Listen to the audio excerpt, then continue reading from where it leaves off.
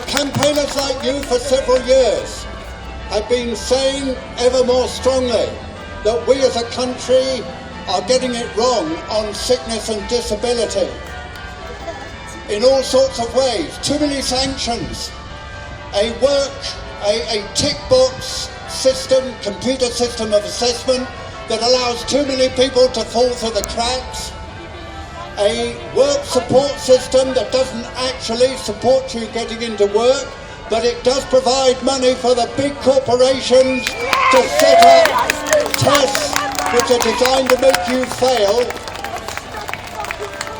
and a total lack of understanding of what it means to live every day in pain, or to be exhausted all the time, or to have to live with chemotherapy or a terminal diagnosis. Those are the kind of things which need to be understood and which this country does not understand at the present time. But I do want to say this. I am convinced that things are beginning to change, and that your efforts, your courage, your resolution is beginning to bear fruit. And I'll tell you why.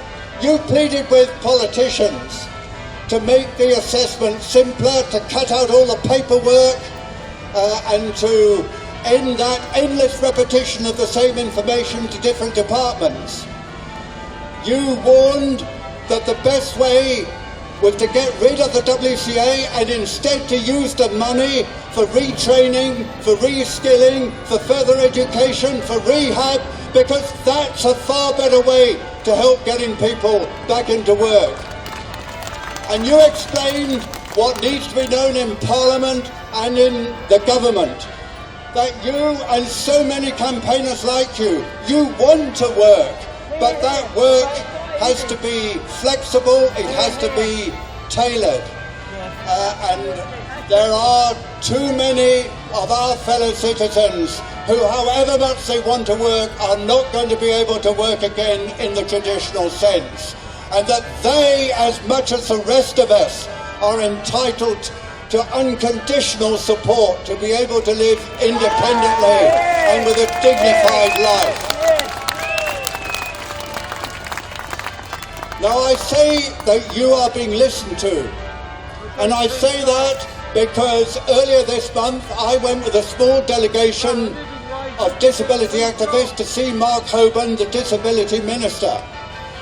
And we told him that we need a new set of predictors, and that those predictors have got to be provided now, because it is unacceptable for any person to be subjected to a test with predictors which are biased against them. And we said, very importantly, that he must ensure that GPs are able to give their independent assessment of the disabled person. And that it should not be allowed for this to be refused, and that information has to be taken into account before any assessment is made. And we also told him that every assessment should be recorded, and in the 29 centres across the country which are actually inaccessible to disabled people, we need new centres. If the government is serious about it, they must make provision so that all people can be properly assessed and that they're able to get access to it. But I tell you this, and this is my final word, and of course we asked with great determination and passion that ATOS has got to be scrapped and WCA has got to be scrapped. And we said that to his face. And that remains the position. But I tell you this, I believe we are getting increasing public support. I have no doubt the public support for your cause, for our cause, is growing. And in those circumstances, I believe, and I firmly do believe, that this is a fight that we can win. So don't lose faith, don't lose hope, because this is a battle we're going to come through together. Thank you very much.